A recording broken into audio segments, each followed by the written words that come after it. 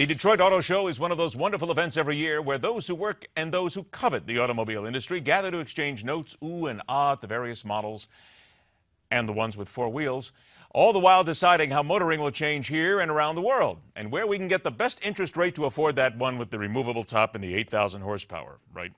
Back to Earth, Speed Racer. Welcome back to Midpoint, syndicated expert on all that runs on fuel. You can read her thoughts and recommendations at laurenfix.com. She's brushing her hair right now because she was probably out taking care of the ragtop and out in the convertible today in 8-degree weather.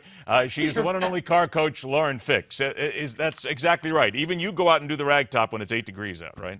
I might consider that. I'm a little bit crazy enough to do that. There's stories in there, but we're not even going to go there. We simply don't have hours to tell those kind of stories. All right, Detroit Auto Show comes up here, and everybody's looking at the cars. They want to look at all the exotic cars. I know there's a lot of people who go right for the big, the fun cars. You're telling me that the Ford was the talk of the show? Yes, believe it or not, even though North American Car and Truck of the Year happened to be the truck of the year was the Ford F-150, which was the aluminum, which was last year's big talk of the show. This year, it is a surprise. They kept it under wraps so well. And, I was calling people I knew on the inside, like, what's going on? We knew something was coming out. We could not figure out what it was. And it is a replacement for the Ford GT. Now, we haven't seen that since 2005, 2006. It's a supercar. They're selling at Barrett-Jackson this week, which is happening right as we speak live. Oh, my God. That's a frighteningly beautiful car. Oh, my goodness. 7 auctions happening at once in Arizona, and there is 4 GTs going. The ones with the light blue and the orange stripe, known as the heritage colors, we're looking at $500,000. So I talked to Mark Fields after the car was launched, the new Ford GT, which absolutely took the show by storm. They launched it in a very creative way. I'll be posting the opening video and everything, which I captured on my phone. It's about the best I could get. We all knew it was coming, but we didn't know what. I have to say, he told me that is the car that will be produced as you see it. It looks like a Pagani, and for those that don't know what a heck a Pagani is, it's about a car that's worth about $1.5 million and hand wrapped in carbon fiber. This car does have a lot of carbon fiber. It is 600 plus horsepower. It is not for your average Joe. They're going to build about somewhere, I'm guessing, around 1,500 cars. The problem is, how do you pick who gets the car? Of course, number 1 goes to Bill Ford. Second will probably go to Mark Fields, who I spoke with. We just don't know what's going to happen with the rest of the cars. So this is something that is going to be interesting. They're coming out the end of next year, as well as the Shelby GT350R. So Ford did take it by storm, and they included that. They had a Raptor, so it was all performance at Ford. All right, real quick, how much will that car retail for, you think? We don't have a price yet.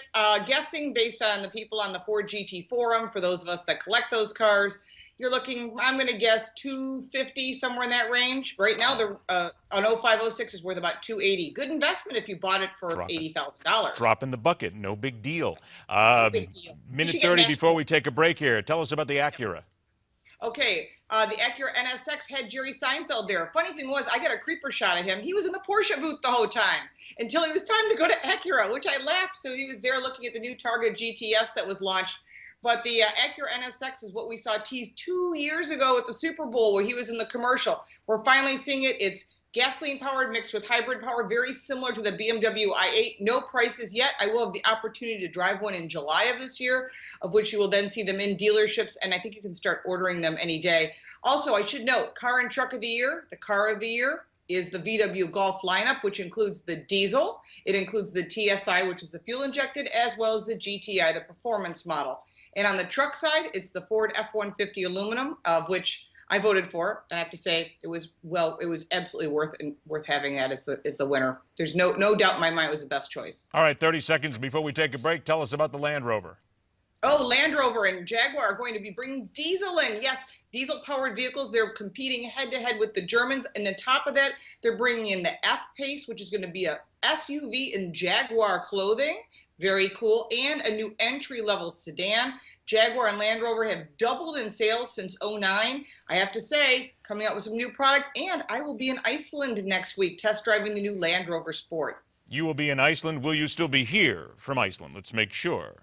Well, I will try to be. That's the goal. Well, we want to make it. If not, we'll take pictures. It's okay. But look at this. A woman gets to drive cars in Iceland. Okay, what do the rest of us get to do? It's the interstate. That's why she's Lauren Fix. Okay. Hang tight. The Car Coach returns after the break. We'll focus in on those fuels we'll all be using in keeping the planet as green and clean as possible. And at 51 minutes after the hour, telling it like it is, dives into the muddy waters of the single greatest sickness that is facing America today. Don't worry about the flu shot on this one. That and more right here on Midpoint.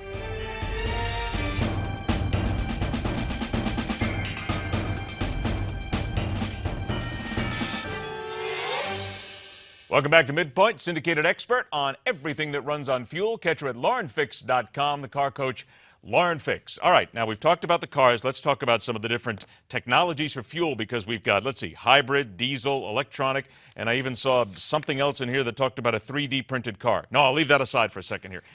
From the Detroit Auto Show, which one came up now as being the, if we can put it on that, the fuel of the future? You know, it's interesting. Everyone thinks it's electric vehicles, but you look at Elon Musk who's saying, now what? Looks like we're not going to make a profit until 2020.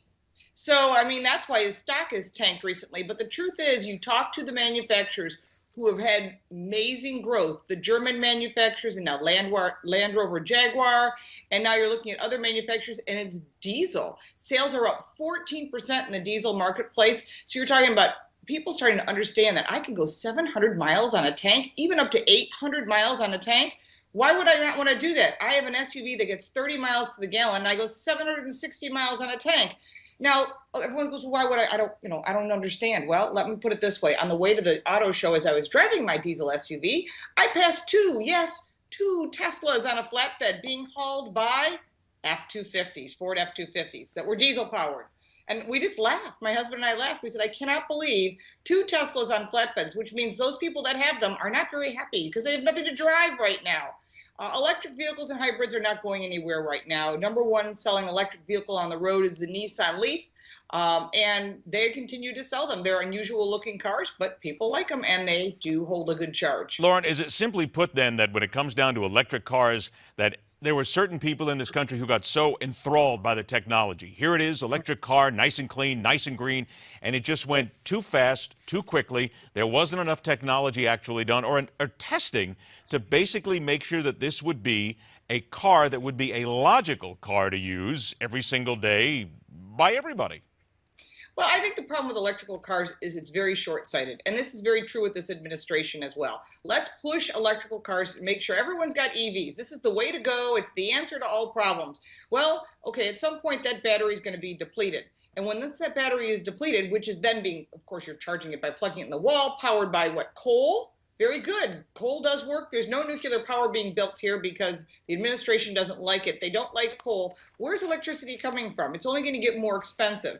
And although gasoline prices have dropped off, electric vehicles are a very short-sighted answer to the problem. Diesel is the best answer. If you look at the price of fuel right now, diesel has not dropped in price, just a little bit. The reason it hasn't is government is involved. And the oil manufacturers want to sell gasoline here in the U.S. and diesel overseas at a premium. If they have to sell it for less money, less profits.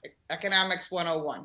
So about the minute or so that we have left here at Detroit, did you see many electric cars or were they hybrids? What was, out of all these various different technologies, which one was capturing people to say this is something that's interesting to look at?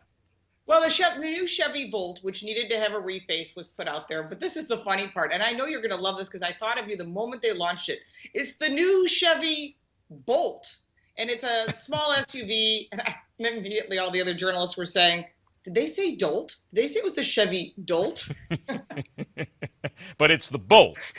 It's a Bolt. B-O-L-T, like in Thunderbolt. I get it.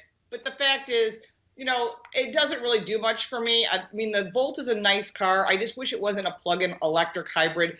I think that hybrids are not a bad answer for some people. It has to be a mixture of answers. However, the all-electric cars being plugged into the wall, needing electricity, of which electricity is going to get more expensive. They keep saying that. All the speculators have already stated that, so which means electricity is going to get more expensive.